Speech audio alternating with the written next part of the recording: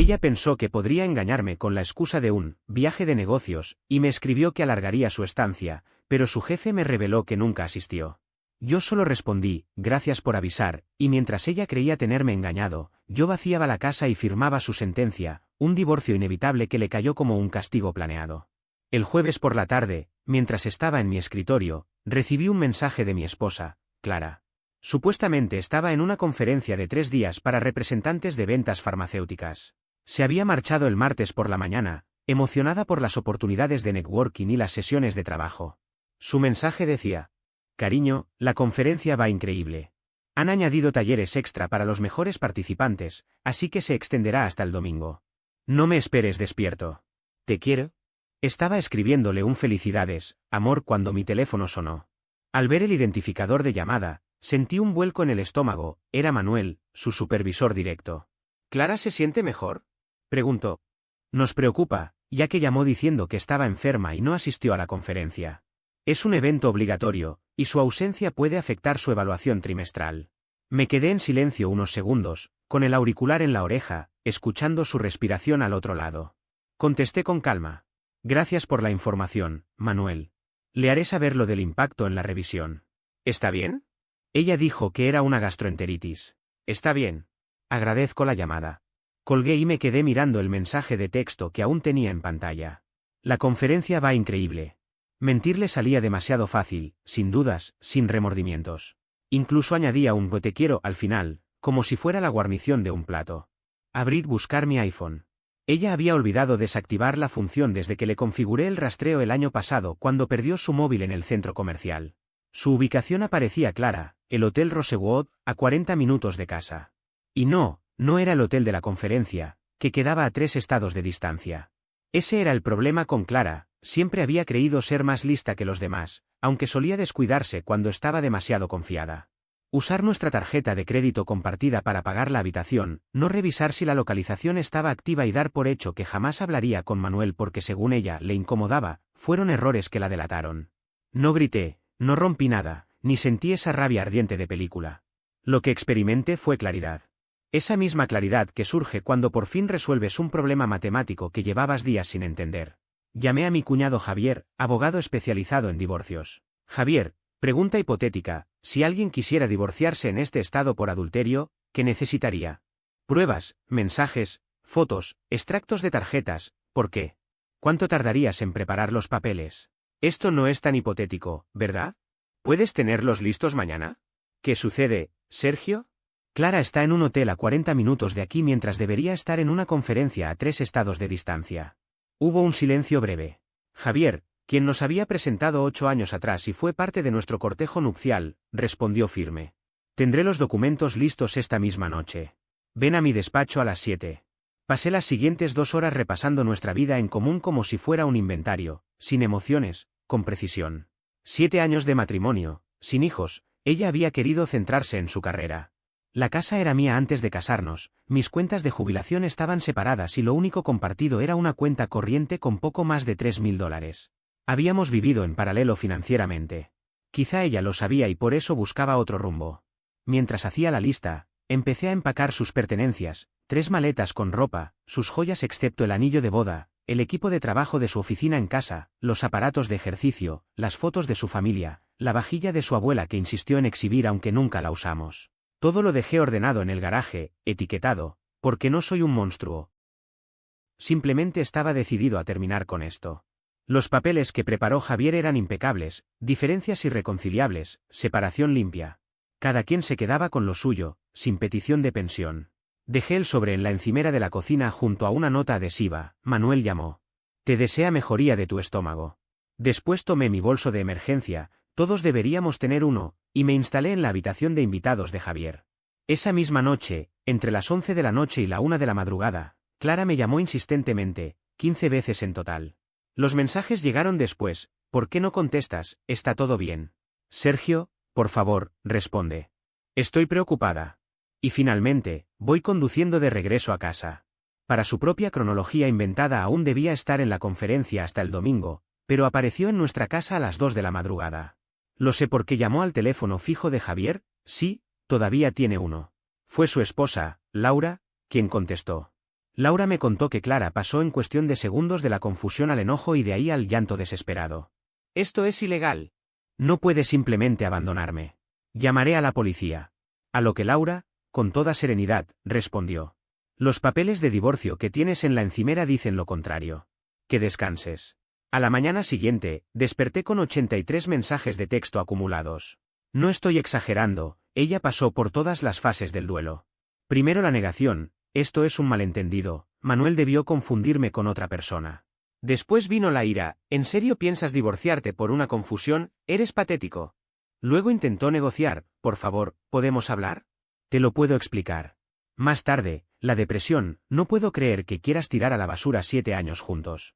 Y finalmente, una supuesta aceptación, que solo duró unos segundos antes de volver a explotar con más rabia. ¿Te crees tan listo? Quiero la mitad de todo. Esa casa es un bien conyugal. Fue entonces cuando respondí con calma, tu firma en el acuerdo prenupcial dice lo contrario. Ah, cierto, olvidé mencionar el prenupcial. Clara lo había exigido cuando nos casamos, porque en ese momento ganaba mucho más que yo.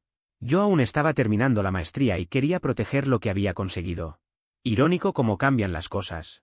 Al descubrir que yo no pensaba ceder, me llamó de inmediato. Contesté en altavoz, mientras Javier estaba sentado frente a mí. Me tendiste una trampa. Estoy en un congreso, ¿cómo pude armarte algo? Deja de jugar, Clara. Sabes que no estabas allí. Manuel no debió llamarte, no tenía derecho. Entonces admites que no estuviste en el congreso. Se quedó callada unos segundos y luego murmuró, necesitaba un descanso. El trabajo es muy estresante. Un descanso en el Hotel Rosewood. Silencio absoluto. ¿Con quién estabas, Clara? ¿Sola? Solo necesitaba espacio para pensar en nuestro matrimonio. ¿En nuestro matrimonio? En una habitación de hotel con Andrés. Ese silencio fue más revelador que cualquier confesión. Ni siquiera había mencionado a Andrés hasta ese instante. Él era su amigo del trabajo, el que llenaba sus publicaciones de Instagram con emojis de fuego, el mismo que casualmente pidió baja médica desde el martes hasta el viernes, según su propio perfil de LinkedIn. ¿Cómo lo supiste? Tu reserva en el Rosewood está a nombre de K. Patterson. Usaste nuestra tarjeta. Aparece en el estado de cuenta. Eso no, puedo explicarlo. Perfecto. Se lo explicas al juez. Colgué sin darle más vueltas. En menos de una hora ya había llamado 6 veces a la oficina de Javier, tanto que su secretaria terminó haciendo una lista de cada intento. Pero su desfachatez no terminó ahí. Se presentó en casa de mis padres llorando, intentando convencerlos de que todo era un malentendido y que yo la había abandonado. Mi madre me llamó preocupada. Hijo, Clara está aquí llorando, dice que todo fue un error con la conferencia. Mamá, estaba en un hotel con otro hombre, diciéndole a mí y a su jefe que estaba en 2 lugares distintos. Oh, entonces, le ofrezco té igual. Eso lo decides tú, mamá. Pues solo le daré un vaso de agua. El té es para la familia. Después me enteré de que, en efecto, le sirvió un único vaso de agua del grifo, escuchó su versión durante 5 minutos exactos y le dijo, qué lástima. Será mejor que te vayas. Pero Clara seguía empeñada. Fue incluso a mi trabajo. Seguridad me llamó, hay una mujer llamada Clara que asegura ser tu esposa y necesita hablar contigo. Exesposa. Y no, gracias. Dice que es urgente. A menos que esté ardiendo en llamas, puede esperar. No la dejaron entrar, pero se quedó 2 horas plantada afuera. Mis compañeros me enviaban fotos desde las ventanas, allí estaba, pegada al teléfono, seguramente tramando su siguiente jugada. Y así fue. Me escribió amenazando con exponerme en redes sociales, si no me ves hoy, todos sabrán el tipo de hombre que eres, cómo me controlaste y manipulaste durante años. Reenvié el mensaje a Javier. Él solo se rió, déjala, en el juicio la fase de descubrimiento será muy divertida. No publicó nada, y pronto entendí la razón. Resulta que Andrés estaba casado. Sí, casado. Su esposa me llamó un sábado por la noche. Encontró mi número en el teléfono de él. Eres Sergio, el esposo de Clara. Pronto exesposo, pero sí. Soy Sofía, la mujer de Andrés. Creo que deberíamos hablar. Al día siguiente nos vimos en una cafetería. Sofía llegó con pruebas en mano. Literalmente llevaba recibos. Llevaba meses sospechando y contrató a un investigador privado. Tenía fotos de Clara y Andrés en citas desde hacía medio año, facturas de hoteles, no solo del Rosewood, también de 3 más, e incluso capturas de chats donde Andrés presumía ante un amigo, tengo a esta chica de ventas farmacéuticas convencida de que voy a dejar a mi esposa por ella. Mientras removía su café me dijo. Andrés gana apenas 45.000 al año como asistente de marketing. Yo soy ingeniera de software y gano 4 veces eso. Tu esposa pensó que iba a mejorar su vida con él. Le mostré los mensajes de Clara pidiendo la mitad de todo. Sofía se rió con desprecio. ¿La mitad de qué? ¿De la PlayStation de Andrés, de su Honda Civic del 2015? Ah, espera, ese coche está a mi nombre. Intercambiamos notas. Según Clara, yo era un maltratador. Jamás la toqué. También decía que yo controlaba el dinero, cuando ella tenía sus propias cuentas y tarjetas. Aseguraba que nuestra vida íntima estaba muerta, algo que yo desconocía, y hasta que probablemente era gay porque iba al gimnasio con mi amigo Raúl. Por su parte, Andrés le había pintado una vida de lujo, que era directivo, que tenía casa propia, cuando era la de Sofía, que estaba en proceso de divorcio, que tenía un fideicomiso familiar, cuando en realidad su madre de vez en cuando le daba $50 para gasolina. Sofía concluyó. Se merecen el uno al otro ¿y tú qué piensas hacer? Ya presenté la demanda. Los papeles se entregaron el viernes en su oficina. Desde entonces no deja de llamarme, pero lo bloqueé. Ahora debe estar en casa de su madre, llorando frente a su Xbox. Ese mismo día recibí un mensaje de Clara, necesitamos hablar. Andrés me mintió en todo. Se lo mostré a Sofía. Cuando Clara descubrió que su supuesto sugar daddy no era más que un hombre casado que apenas podía sostener sus propias mentiras, soltó una carcajada tan fuerte que casi derramó el café sobre la mesa. Esa risa nerviosa fue el inicio de una seguidilla de mensajes que no pararon de llegar. Su celular parecía una ametralladora disparando excusas y súplicas. El primero fue casi ingenuo, es casado, me engañó, cometí un error. Podemos hablar, aunque sea tomar un café. Después vinieron otros, cada vez más intensos, Sergio, por favor, sé que lees esto. No me ignores. Esto es inmaduro, respóndeme. Y, finalmente, el último llegó a las 2 de la madrugada, escrito en mayúsculas como si gritara a través de la pantalla, respóndeme de una vez. Yo miraba el teléfono vibrar en la mesa de luz y pensaba que, en el fondo, era casi predecible. Clara no aceptaba que las consecuencias de sus decisiones estaban cayendo una tras otra, como fichas de dominó. El lunes siguiente, mientras trataba de concentrarme en el trabajo, recibí la llamada de Manuel, su jefe inmediato. Sergio, lamento molestarte, pero Clara no ha venido a trabajar ni contesta el teléfono. Sospecho que está en el Rosewood Hotel, ahí se alojó durante la conferencia. Mi respuesta fue corta, casi fría. ¿Qué inconveniente? Bueno, supongo que ustedes sabrán cómo manejarlo. No quise prolongar más esa conversación. Yo ya intuía que aquello terminaría mal para ella, y efectivamente, el martes Clara fue despedida. La razón oficial no fue su aventura extramarital, sino algo mucho más simple y contundente, mintió diciendo que estaba enferma cuando en realidad se ausentó de una conferencia obligatoria. Recursos Humanos no perdonó. 3 compañeros de trabajo declararon haberla visto cenando con Andrés justo el día que supuestamente estaba en cama con un virus estomacal. La mentira fue suficiente para perder el puesto. Intentó reclamar beneficios de desempleo, pero la solicitud fue rechazada, la causa había sido conducta indebida. En lugar de asumir lo ocurrido, se volvió más agresiva. Esa misma semana, una noche apareció a las 11 en la casa de Javier, completamente ebria y acompañada por su hermana Teresa. Golpeaban la puerta con fuerza, chillando sobre derechos matrimoniales y trato justo. Desde adentro, Laura, la esposa de Javier, no tuvo otra opción que llamar a la policía. Cuando llegaron los agentes, Clara los acusó a gritos de que yo le había robado la casa. Ellos, profesionales y pacientes, le pidieron documentos que acreditaran la propiedad. Clara, evidentemente, no pudo mostrar nada porque la casa nunca fue suya. El espectáculo no terminó ahí. Teresa, convencida de ser una activista de derechos civiles, intentó grabar todo para exponer supuestos abusos policiales. Pero en medio de su torpeza, dejó caer el teléfono contra el pavimento, la pantalla se quebró al instante. Para colmo, exigió a Javier que le pagara la reparación alegando que había sucedido en su propiedad. Javier, que es abogado, no pudo evitar reírse. Le entregó su tarjeta de presentación y con ironía, le dijo: «Si quieres, denúnciame». El miércoles, cuando pensaba que lo peor ya había pasado, recibí una llamada de mi banco. Habían intentado acceder a mis cuentas haciéndose pasar por mí. Quien fuera tenía mi número de seguridad social y mi fecha de nacimiento, pero falló en las preguntas de verificación. Anticipándome a ese tipo de maniobras, yo había inventado un apellido de soltera falso para mi madre. Esa medida fue suficiente para que detectaran la farsa. El intento quedó registrado como fraude, y el banco informó de inmediato a la policía. Y recordemos, fraude bancario no es un juego, es un delito grave. Pero Clara no se detuvo. Decidió reinventar toda la narrativa para pintarse como víctima. Abrió un blog titulado Sobreviviendo al abuso narcisista, mi camino. Sí, un blog entero dedicado a deformar la realidad. En esas publicaciones larguísimas me retrataba como un manipulador que la había aislado de sus amistades, cuando en verdad cada semana salía de cena con sus amigas. También afirmaba que controlaba su dinero, aunque tenía cuentas a su nombre que jamás toqué. Lo más absurdo era leer cómo aseguraba que la había forzado emocionalmente a buscar consuelo en otro hombre. La lógica que utilizaba era simplemente ridícula. La entrada más delirante llevaba por título La conferencia que me salvó la vida. En ella afirmaba que, en vez de asistir a la convención de ventas, había ido a un evento de empoderamiento femenino donde encontró la fortaleza para dejarme. Lo que olvidó fue que los registros del hotel demostraban claramente que se había registrado junto a Andrés bajo su nombre. Fue Sofía, una amiga cercana, quien descubrió el blog antes que yo.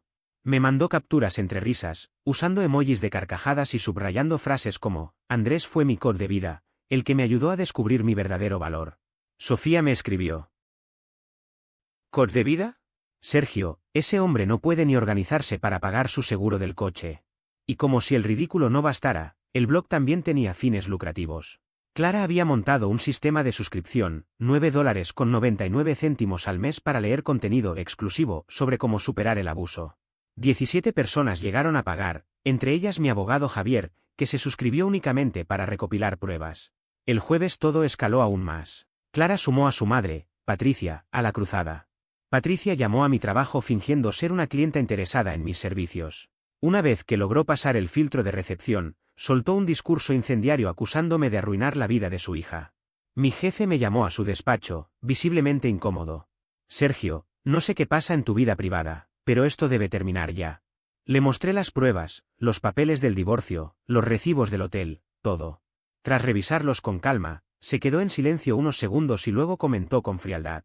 Tu suegra está completamente fuera de sí. Vamos a bloquear su número. Y si aparece por aquí, seguridad se hará cargo. Y así fue.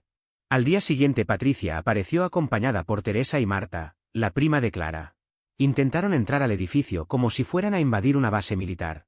El guardia de seguridad, un exmarine de casi 2 metros, las detuvo en la puerta. Patricia, sin nada mejor que decir, lo acusó de perpetuar masculinidad tóxica por impedirles el acceso. Él solo señaló el letrero de "He prohibido el paso" con una expresión imperturbable.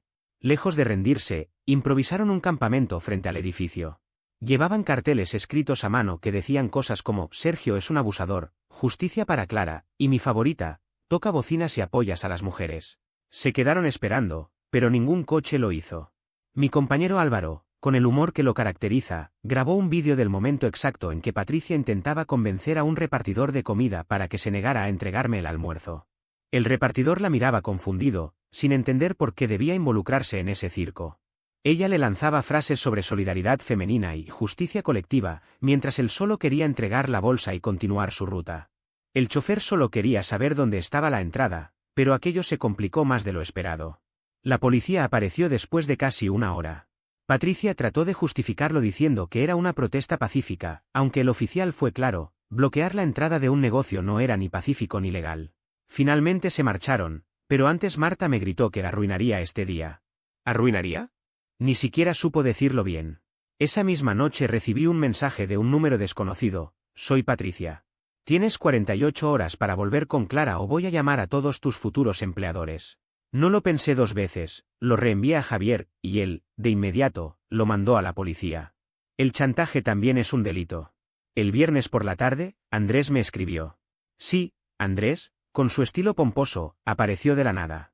Oye, hombre, sé que todo está complicado ahora, pero podemos hablar de hombre a hombre. Por pura curiosidad acepté reunirme con él, aunque en realidad sabía que iba a ser una pérdida de tiempo.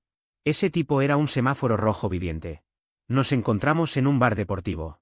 Andrés llegó con lo que él consideraba su mejor pinta, una camisa todavía con las marcas de los dobleces del paquete y unos vaqueros con falsos desgastes de fábrica. Después de 2 frases ya estaba intentando justificarse. Mira, Sergio, quiero disculparme. Clara me dijo que ustedes ya estaban separados. Lo miré sin decir nada. Sabía perfectamente que eso no era cierto.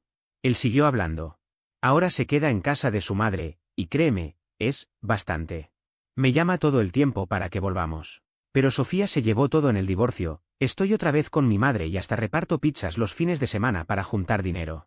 Lo escuchaba sin entender por qué me contaba todo aquello. Entonces bajó la voz, como si fuese a revelar un secreto. ¿Podrías simplemente perdonarla y volver con ella?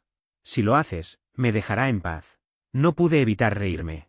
O sea que quieres que yo reciba de vuelta a la mujer con la que me engañaste solo para que te deje tranquilo. Andrés se incomodó y terminó enfadándose. Son tal para cual. Los dos son egoístas. ¿Egoísta yo? Por no aceptar a una infiel de vuelta en mi vida. Eso no es egoísmo, es dignidad. Al levantarse, intentó lanzarme una última puñalada verbal. Ella decía que eras mezquino. Tenía razón. También decía que eras rico. Ahí se equivocó. La etapa final llegó. El divorcio se resolvió el día de ayer. Clara apareció en el juzgado con un traje blanco como si asistiera a una fiesta y no a la disolución de un matrimonio. No llegó sola, iba acompañada por Patricia, Teresa y una novedad, un supuesto coach de vida llamado Raúl, a quien había conocido en Internet. Nuestros abogados expusieron los hechos. Javier tenía todo bien documentado, los recibos de hotel, las ausencias fraudulentas por enfermedad, el intento de fraude bancario, las amenazas de Patricia, absolutamente todo. El abogado de Clara intentó defender lo indefendible, alegando que yo la había abandonado emocionalmente y que eso la llevó a buscar consuelo fuera del matrimonio. La jueza, una mujer de unos 60 años que parecía haberlo escuchado todo ya, la interrumpió. Así que su clienta mintió a su empleador, cometió adulterio, intentó fraude y permitió que su familia acosara al demandante en su lugar de trabajo, y aún así el problema es él. Clara, con todo su descaro, respondió, señoría, no comprende la violencia emocional. La jueza fue tajante, lo que comprendo es que utilizó una tarjeta de crédito compartida para pagar habitaciones de hotel con su amante. También comprendo que intentó acceder a cuentas que no eran suyas y que hay un informe policial por acoso. ¿Qué me estoy perdiendo? No hubo respuesta. El fallo fue claro, divorcio concedido. Limpio y conforme al acuerdo prenupcial. Clara no obtuvo nada más que lo que había traído consigo. Además, debía cubrir mis honorarios legales, $8.700. A la salida, Patricia no tardó en comenzar a gritar su habitual discurso de injusticia. Esta vez, fue la propia Clara quien la interrumpió. Mamá, basta. Ya se acabó. Patricia no lo podía creer, pero hija, podemos apelar. ¿Con qué dinero? No tengo empleo. Andrés está en la ruina. Esto terminó. Por un momento pensé que al fin había comprendido algo. Pero enseguida me miró con rencor. Espero que estés feliz. Te quedaste con todo lo que querías. Lo único que quería era una esposa fiel. Al final me conformé con un divorcio rápido. Raúl, el coach de vida, intentó meterse, todo esto forma parte del plan del universo. Sofía, que había ido a presenciar la audiencia, lo interrumpió con ironía. El plan del universo era que tu clienta supiera controlarse. Falló. Hoy en día, las cosas quedaron claras para todos. Clara trabaja en un kiosco de centro comercial vendiendo fundas de teléfono y vive con Patricia, quien encima le cobra alquiler. Andrés volvió con una ex del instituto que ya tenía 3 hijos de 2 relaciones distintas. Patricia fue arrestada por rayar el coche de alguien durante una pelea por un estacionamiento. Teresa decidió abrir un blog sobre cómo sobrevivir a una familia tóxica. La ironía es absoluta. Marta, por su parte, anda escribiendo un guión sobre toda esta historia. Manuel me contactó por LinkedIn para contarme que aún no han encontrado reemplazo para el puesto de Clara, porque su reputación la precede. Yo estoy tranquilo. La casa se siente más en paz. Mi jefe se impresionó por la forma profesional en que manejé todo esto y terminé ascendido. Además, conocí a Isabel, una profesora que cada vez que escucha un detalle nuevo de lo sucedido me dice, es increíble, ¿de verdad hizo eso? Javier incluso enmarcó el decreto de divorcio junto a su título universitario. Según él, fue el caso más limpio de su carrera, la parte contraria se hundió sola. La última vez que tuve noticias de Clara fue por un mensaje inesperado. Decía, por lo que valga, alguna vez sí te amé. No respondí con ironía ni con rabia, simplemente no contesté. Borré el número de mi teléfono y seguí con mi día. Hoy la vida es otra. La casa está tranquila, cada rincón se siente como nuevo. Mi jefe me confió más responsabilidades y el ascenso llegó antes de lo esperado. Isabel, la profesora con la que salgo ahora, ha sido un aire fresco en todo este caos, ríe con mis anécdotas, me escucha con calma y, sobre todo, me recuerda que lo vivido quedó atrás. Declárame entero solo por terceros. Dicen que aún comparte techo con Patricia, que trabaja largas horas en un kiosco del centro comercial y que sigue acumulando problemas que ya no me pertenecen. Su historia continúa enredada con la de Andrés y el resto de su familia, pero para mí es como si hablara de otra vida. El verdadero cierre lo encontré un domingo cualquiera, caminando por el parque. Me detuve, respiré hondo y me di cuenta de que no sentía rencor, solo alivio. Había ganado algo más valioso que cualquier sentencia judicial, la certeza de que me había liberado a tiempo. Ahora, cuando recuerdo todo lo que ocurrió, no pienso en la traición ni en las discusiones, pienso en cómo cada caída me llevó hasta aquí. Y sonrío, porque al final aprendí que la paz no se encuentra en los demás, sino en uno mismo.